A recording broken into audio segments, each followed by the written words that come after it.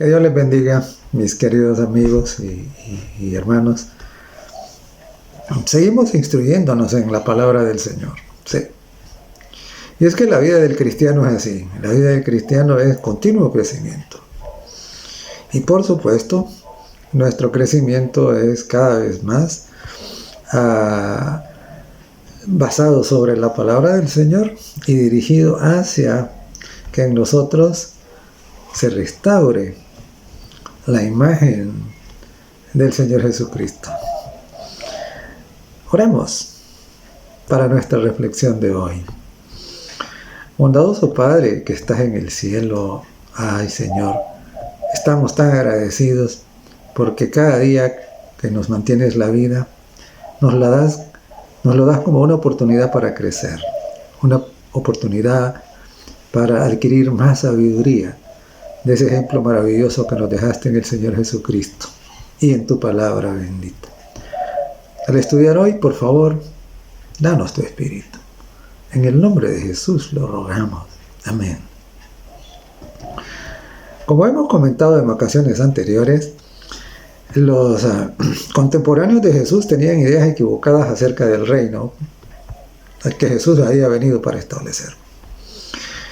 Y claro, él estuvo diciendo: mi reino no es de este mundo, no es como ustedes piensan. Sin embargo, ellos estaban tan fijos con un reino terrenal que aún después de la muerte de Jesús todavía les costó entender esta situación.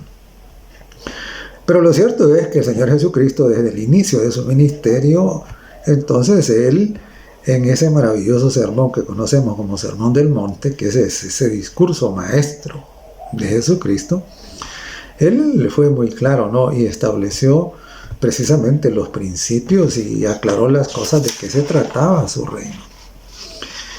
Y cuando vamos nosotros al capítulo 5 del Evangelio según Mateo, encontramos ahí las bienaventuranzas. Ya hemos comentado algunas bienaventuranzas anteriormente. Hoy estaremos centrándonos en la bienaventuranza que dice: bienaventurados los misericordiosos, porque ellos alcanzarán misericordia. Sin antes ir adelante, no quiero ir adelante, perdón, sin recordar lo siguiente. Las bienaventuranzas son como si fueran las gradas, los escalones, ¿verdad?, para subir de un nivel a otro. Entonces, el primer escalón es ser pobre de espíritu. El segundo escalón es llorar al reconocer nuestra condición triste y degradada, ¿no? La siguiente escalón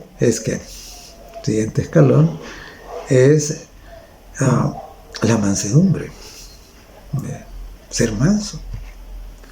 El siguiente escalón entonces es tener hambre y sed de justicia. Y el siguiente escalón es ser misericordiosos. Y como ilustraba a un grupo de mis queridos hermanos, les decía yo que esto es como cuando uno va a la universidad. Uno no puede tomar algunas materias, algunos cursos, si primero no ha tomado otros. Esto es lo mismo, ¿no? Entonces ahora estaremos comentando pues la bienaventuranza de los que tenían hambre y sed de justicia y han sido saciados, y entonces luego ahora accederán a la siguiente, ¿no?, que es la de la misericordia. En Jeremías, el capítulo 17 y el verso 9, tenemos un texto que es un texto que establece una verdad que contradice la idea que tienen muchos filósofos y psicólogos, ¿no? Dice así: engañoso es el corazón más que todas las cosas, y perverso. ¿Quién lo conocerá? Esto es contrario a la idea que tienen muchas personas de que en realidad el corazón humano es bueno por naturaleza, y que precisamente se arruina por el entorno, ¿verdad? El entorno es el que lo estropea. En realidad esto no es lo que la Biblia nos enseña. La Biblia nos enseña que nosotros desafortunadamente nacemos egoístas, no nacemos orgullosos, porque nuestro corazón es perverso. Y claro, esta es parte de las consecuencias de la decisión que tomaron nuestros primeros padres, Adán y Eva, al optar por preferir una naturaleza distinta de la de Dios y entonces tomaron otra naturaleza que no es la mejor. Así es que nacemos con una naturaleza caída. Nuestro corazón es egoísta, es perverso. Y esto no es difícil de comprobar. Usted puede ver un bebé, nadie le ha dicho que sea malo, que sea egoísta. Sin embargo, cuando otros niños quieren tocar sus juguetes, aunque no los esté ocupando, él se los arrebata, ¿verdad? Es la naturaleza carnal, o instintiva, si quiere llamarle de esa manera, ¿no? Entonces, contrario a lo que muchos psicólogos proclaman o filósofos, el corazón humano en su estado normal no es un corazón amoroso, es un corazón perverso. Y por supuesto, ¿no? Ese corazón es frío, es sin amor, ¿verdad? Y siempre que el corazón humano, en el corazón humano hay reflejos de bondad, de misericordia, de perdón. Eso no se debe a un impulso propio, se debe a la influencia del Espíritu Santo. Sí, cada acto de bondad que nosotros hacemos, que está desprovisto de interés personal, ese acto que no espera recompensa, que no espera aplausos, que no espera ganar méritos, ese acto desinteresado completamente, ese es un acto impulsado por el Espíritu Santo.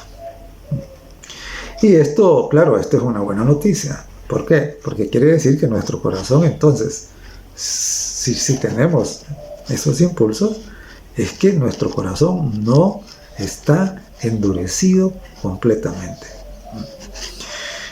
Y claro, el Espíritu Divino es el que nos conmueve, el que nos hace compasivos. Y está escrito. Nosotros no amamos a Dios porque el amor nos nazca o venga de nosotros, sino que dice, nosotros le amamos a Él porque Él nos amó primero. Es decir, Él puso en nuestros corazones amor y ahora nosotros tenemos capacidad de amar a Él y también al prójimo. Si no hubiese sido porque Dios puso ese amor en nuestro corazón, nosotros no amaríamos ni a Él ni al prójimo. En San Juan, el capítulo 3 y el verso 17, nos dice una de estas verdades tan hermosas que tenemos en el Evangelio. Dice, porque no envió Dios a su Hijo al mundo para condenar al mundo, sino para que el mundo sea salvo por él. La voluntad de Dios no es condenar. La voluntad de Dios es salvar.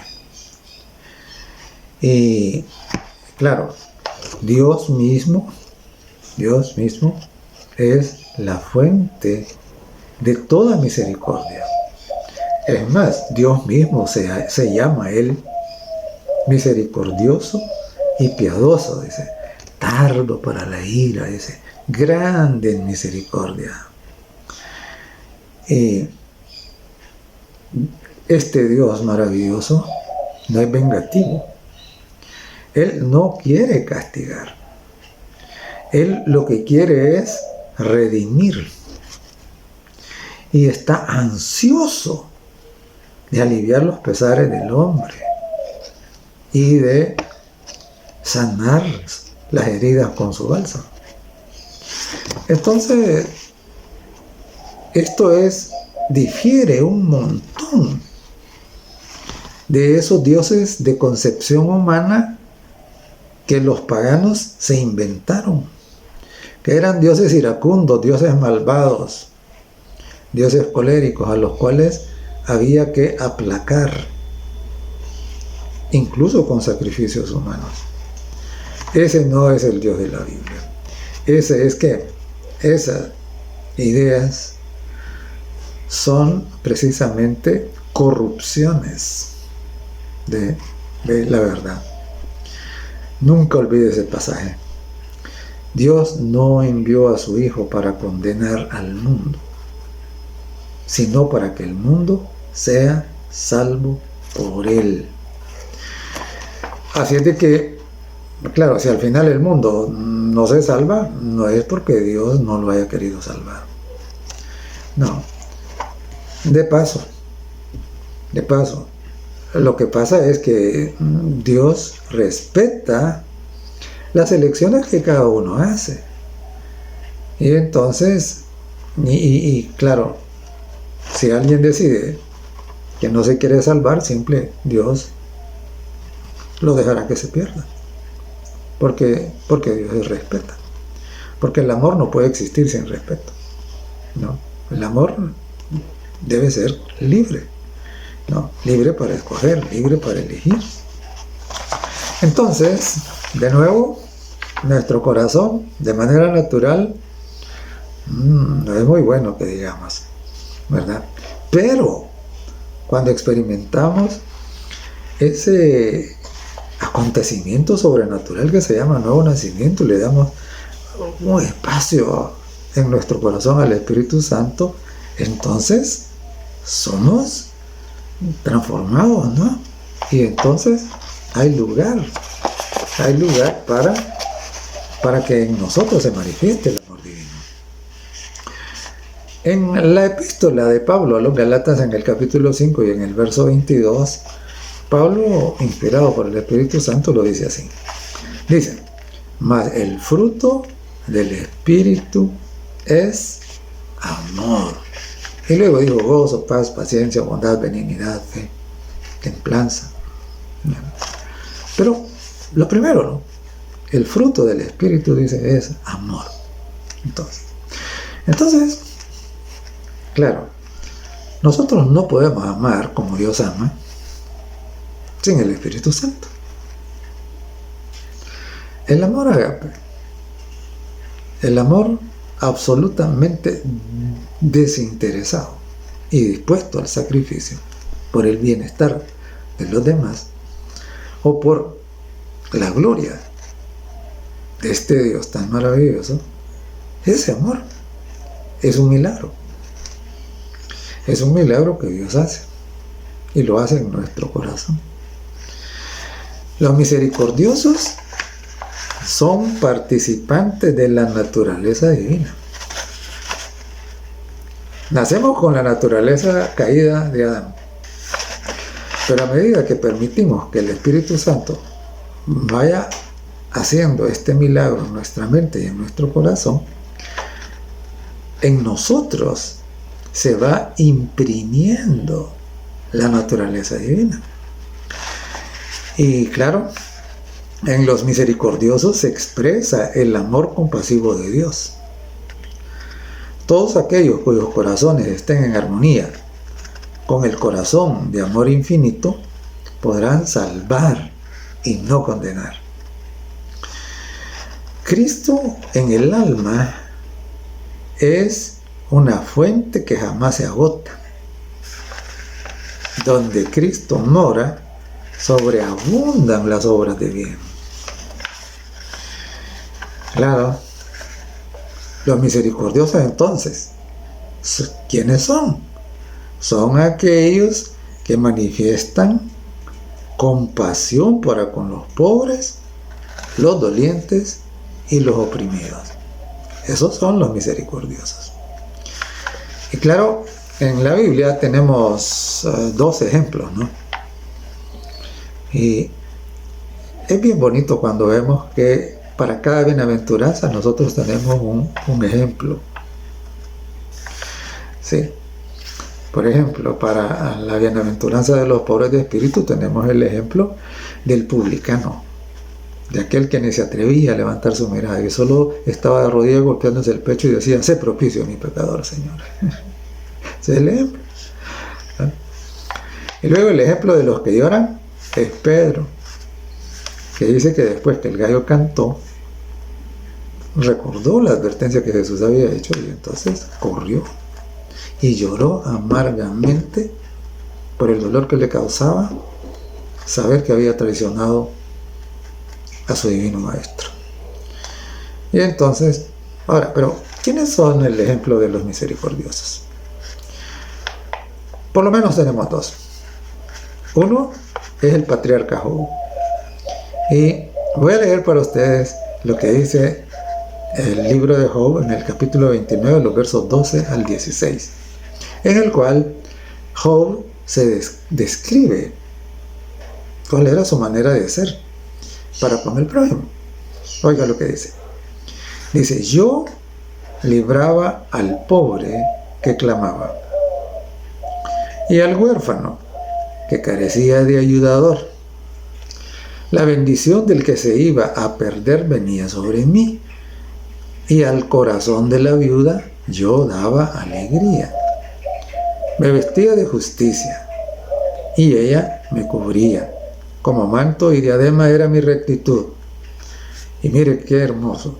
Dice: yo era ojos al ciego y pies al cojo. A los menesterosos, dice, los necesitados, ¿no? Era padre, y de la causa que no entendía me informaba con diligencia. Descripción muy completa de cómo es el actuar de una persona misericordiosa. Esto es en el Antiguo Testamento. En el Nuevo Testamento tenemos otro ejemplo. Este ejemplo nos lo dio el Señor Jesucristo, y era una manera de prácticamente de reprender a los religiosos que se creían muy cerca de Dios, pero en realidad estaban lejos. Lo encontramos en la parábola del buen samaritano, en donde pasó un sacerdote, vio al golpeado, al herido, y se fue de largo. Pasó el levita y lo mismo. Pero luego vino un samaritano, y dice que, me gusta porque dice que éste tuvo misericordia de él.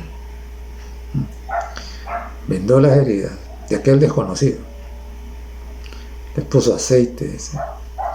Luego lo cargó en su cabalgadura, lo puso en su cabalgadura y lo llevó a una posada. Entonces luego el Señor Jesucristo le hizo una pregunta y le dijo: entonces, ¿quién es el prójimo de esto? Y me encanta la respuesta, ¿no? Porque dice: el que usó de misericordia con él. Misericordia es precisamente tratar a los demás no como se merecen, ¿no? Es bien frecuente decir: no, pero es que esta persona no se merece que se le digan, hermanos. Y yo le hago una pregunta: pero ¿y es que nosotros merecemos algo? Bueno, sí, merecemos algo. ¿Y sabe qué es? La muerte. Eso es lo que merecemos. Porque la Biblia dice que la paga del pecado es muerte. Eso es lo que nosotros merecemos. Pero Dios no nos trata como nosotros merecemos. Dios nos trata con misericordia. Y las misericordias de Dios son nuevas cada mañana. Cada día de vida suyo y mío son una muestra de la misericordia y del amor de Dios. Entonces, claro, la misericordia no es tratar bien a alguien porque se lo merezca, sino tratarlo bien aunque no lo merezca. Esa es misericordia. Y por supuesto, en la base de esto, ¿qué es lo que tenemos? Tenemos el amor ágape, que es el amor divino, que es el amor verdadero, el amor sin interés, el amor sacrificado. Eso es lo que tenemos en la base de las obras de misericordia. Y es muy lindo cuando nosotros pensamos, ¿no?, que el misericordioso ha logrado, por la gracia de Dios, porque esto solo es posible por la gracia de Dios, esto solo es posible por la obra del Espíritu Santo. El misericordioso ha logrado, por la gracia de Dios, la victoria sobre el egoísmo. Así como el manso ha logrado la victoria sobre el orgullo, así como el pobre ha logrado la victoria sobre la autosuficiencia, así también el misericordioso ha logrado la victoria sobre el egoísmo. Y claro, al hacer esto, ha puesto en las manos del Señor lo que tiene para servir. Al hacerlo, lo que está haciendo es siguiendo el ejemplo de Jesucristo. En Mateo, el capítulo 20 y el verso 28, el Señor Jesucristo nos dijo lo siguiente. Nos dijo que el Hijo del Hombre, o sea, refiriéndose a Él, por supuesto, no había venido, dice, para ser servido, sino para servir. Y dijo, para dar su vida en rescate por muchos. Claro, ese es el amor, esa es la misericordia. Nadie merecía que Jesús viniera a dar la vida por él. Ni usted, ni yo, ni nadie, ni la persona más santa que a ustedes le pueda ocurrir. Nadie. Sin embargo, aunque no lo merecíamos, lo necesitábamos con urgencia. Y Jesús vino. Vino para darnos precisamente que, bueno, primero para pagar nuestra deuda, ¿no?, para salvarnos. No teníamos posibilidad de ser salvos sin Cristo. Primero. Segundo, para darnos ejemplo, para que nosotros también fuésemos transformados y al sernos devuelta esa imagen de santidad que se perdió en el Edén, entonces nosotros también recuperemos ese sentir, ¿no?, de misericordia, que nos haga tener empatía por el necesitado, sin pensar en ganar nada, simplemente, ¿por qué? Porque en nuestro corazón anida el amor de Dios, simplemente. Y en el libro de Proverbios, en el capítulo 12 y en el verso 18, encontramos, dice: hay quienes hablan como dando estocadas o golpes de espada. Nosotros, no sé, en este país, y no sé si en los otros países también será lo mismo, tenemos ese modismo que dice: este es bien pedrada. Bien pedrada quiere decir que sus palabras son pesadas, no son medidas y que no les importa hacer daño con lo que dicen. A estos es a los que se refiere el libro de Proverbios, cuando dice: hay quienes, dice, hablan como dando estocadas o golpes con una espada. Pero luego presenta la otra cara de la moneda. Y dice, mas la lengua de los sabios es medicina. Ahora, ¿pero qué tiene que ver esto con la misericordia? Tiene que ver y mucho. Porque la misericordia, tratar a alguien como no lo merece, puede ser expresada de diversas maneras.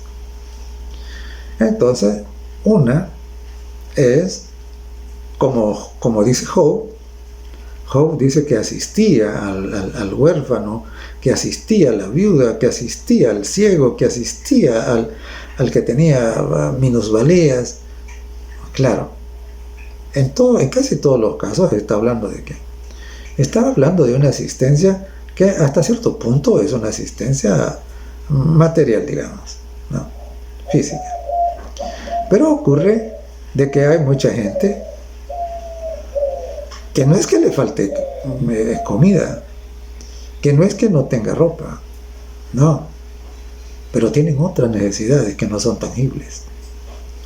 Quizás están tristes, quizás están desanimados, quizás están, incluso ha habido casos en los cuales una persona que ya no, para la cual ya la vida no tenía sentido, estaba considerando la posibilidad del suicidio.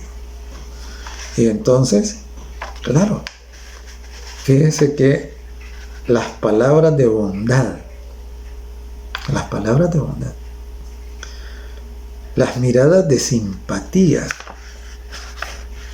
las expresiones de gratitud pueden ser para muchos que están solos, que están aislados, llevando estas cargas que son de orden psicológico, de orden espiritual. Puede ser las palabras de bondad, esas miradas de simpatía. Esto dice, pueden ser como un vaso de agua fría para un alma que se muere de sed. Una palabra de simpatía, un acto de bondad puede liberar de la carga que doblega los hombros de esta pobre gente cansada. Cada palabra y obra de bondad abnegada es una expresión del amor que Cristo sintió por la humanidad. Es interesante. La necesidad de muchas de estas pobres personas no es que se les ofrezca dinero, no es que se les dé nada material, es simplemente que se les conceda atención, tiempo, que se les escuche, para que puedan sacar lo que les angustia, para que puedan liberarse de eso que quién sabe cuánto tiempo tienen de estar llevando adentro y que les pesa. Entonces, claro, es escucharlos, apoyarlos, darles palabras de ánimo, tratarlos con bondad aunque no lo merezcan. Eso le ha salvado la vida, literalmente, a muchos. Eso ha traído descanso a otros. Y eso los ha llevado a darse cuenta de que en este planeta, en este mundo, en medio de esta humanidad caída, no todo está perdido. Los ha llevado a descubrir que hay esperanza. Los ha llevado a entender que hay que hay alternativa a toda la maldad, a todo el egoísmo, la ambición,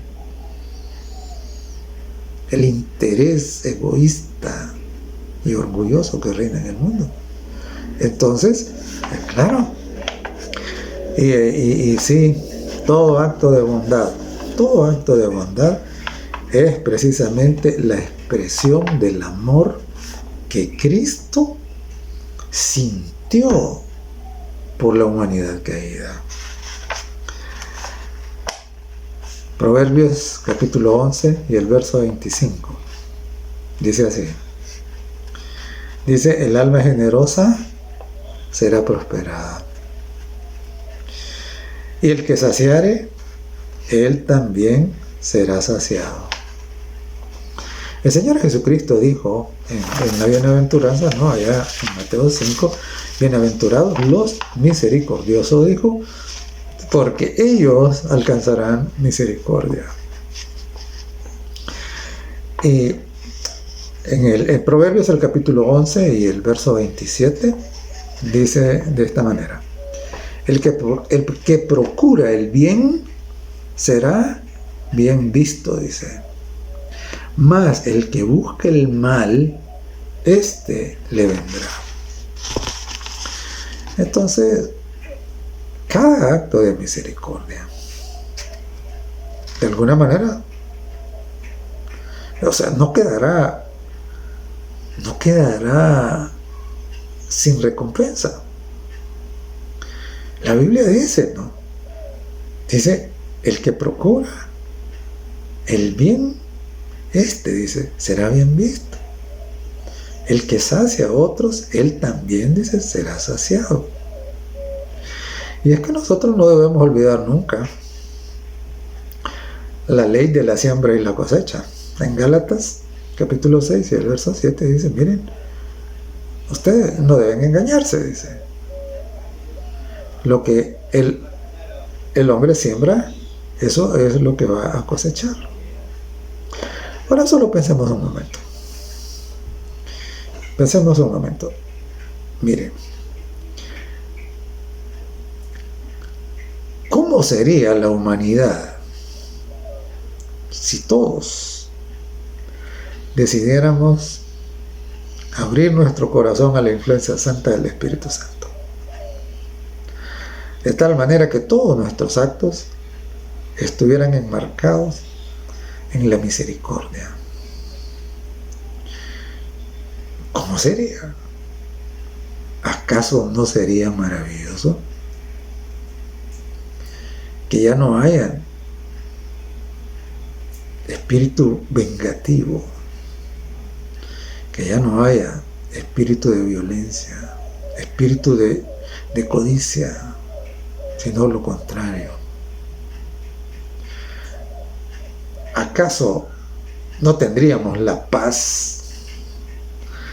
¿Acaso no se erradicaría la pobreza? ¿Acaso no se terminaría la pandemia de estrés, de aflicción y angustia, de miedo que hay en el mundo? Eso es la solución. Y en Mateo, en el capítulo 7 y en el verso 16, el Señor Jesucristo hizo una declaración que es muy importante. Dijo, por sus frutos los conoceréis. ¿Acaso se recogen uvas de los espinos o higos de los abrojos? Entonces es interesante porque nuestro Rey, nuestro divino Salvador, nuestro Maestro por excelencia, el Señor Jesucristo, fíjense que está comparando las obras de bondad, de misericordia, ¿con qué? Con uvas y con higos. Y a las obras egoístas las compara ¿con qué? Las compara con espinas y con abrojos. Los misericordiosos han reconocido que sin Dios no son nada. No son nada. Son egoístas, son orgullosos. Y entonces, al darse cuenta de eso, han buscado la gracia divina para suplir su pobreza de espíritu. han llorado al ver que en su estado natural somos los pobres miserables. Y digo, somos unos pobres miserables, egoístas, interesados, que buscamos la gloria para nosotros mismos. Entonces, claro, cuando nosotros vemos ese cuadro no triste, de que eso nos produce tristeza, nos produce dolor. Entonces los misericordiosos han experimentado ese dolor, ¿no? Y al ver su triste condición de pecado, se humillaron y recibieron el espíritu de mansedumbre.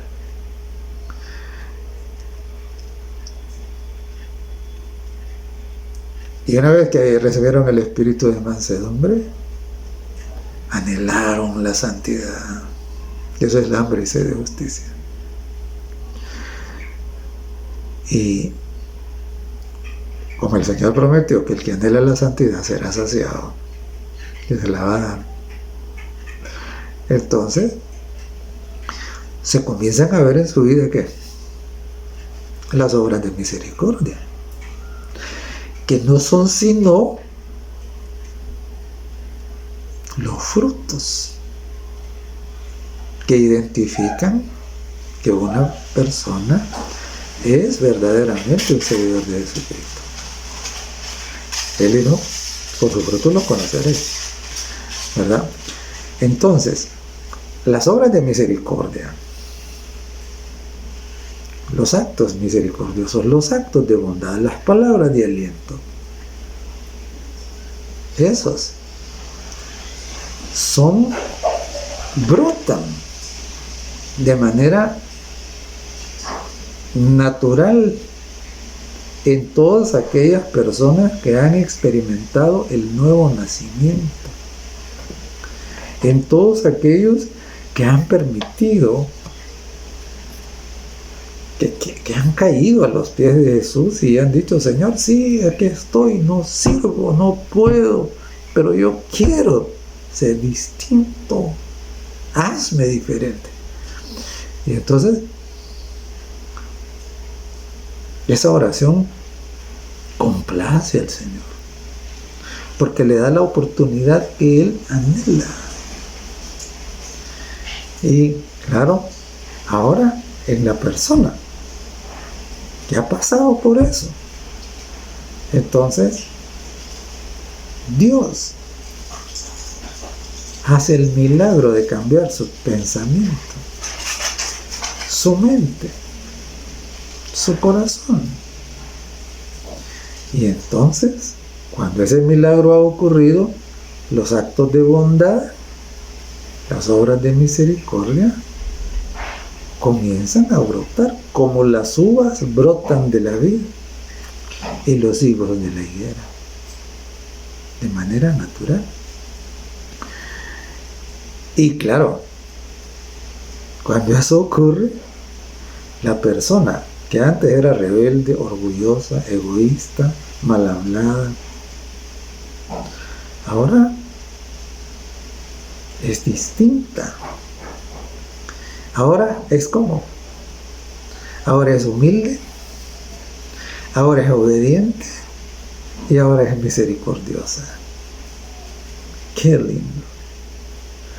Esta es en realidad la solución para los problemas de la humanidad.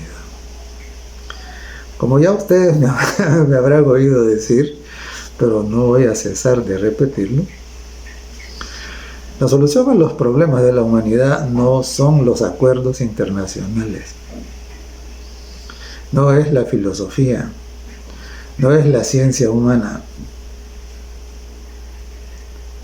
no es nada de eso, no es ninguna agenda internacional, no.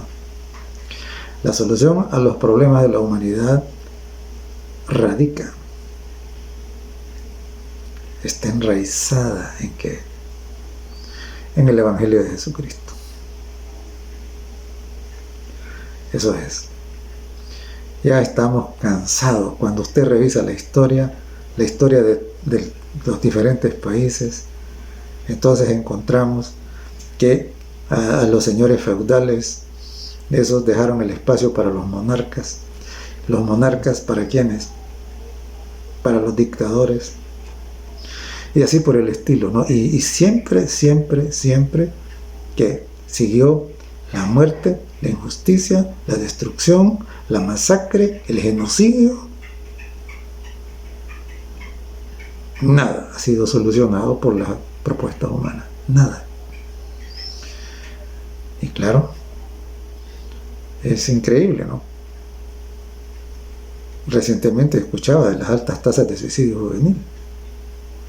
Lo mismo las altas tasas de hipertensión, de diabetes y de cáncer en los jóvenes. En los jóvenes. Pero todo esto tiene raíces espirituales. Y mientras al espíritu no se le permita hacer lo que quiere hacer, esto irá de mal en peor. Bienaventurados los misericordiosos, porque ellos alcanzarán misericordia. Y un último pensamiento para concluir nuestra reflexión de hoy es esta. Las obras de misericordia no son para alcanzar la salvación. Nuestra salvación es por gracia. Nuestra salvación es un acto de misericordia de parte de Dios para nosotros. Entonces, los actos de bondad, los actos de misericordia, no son para ganar la salvación. Tampoco son para ganar mérito de ninguna clase. Son simplemente, ¿qué? El fruto de una vida transformada. Son el fruto de que el Espíritu Santo habite en su corazón y en su mente. Y claro, eso lo deja a usted y a mí y a cualquiera que lo permita conectado con la fuente infinita de la misericordia divina. No deje que pase ningún día más sin que usted experimente esa conexión. Y recuerde, usted no puede resolver los problemas del mundo, pero usted puede mitigar cualquier situación difícil que alguno de sus prójimos tenga a su alrededor. Deje que el Espíritu Santo haga la obra en su vida y que en usted se manifieste los higos y las uvas de los actos de misericordia, por hechos, por recursos o por palabras. Dios haga de usted y de mí y de todos sus instrumentos de misericordia. Que Dios nos bendiga. Bondadoso Padre, damos gracias por el ejemplo maravilloso de Jesús y por cada palabra que nos diste para mantener nuestra esperanza y para mostrarnos el camino. Ayúdanos para que en nuestra vida se repita la bondad, la misericordia y la gracia de Jesús mientras estuvo aquí en la tierra. En el nombre de Jesús te lo pedimos.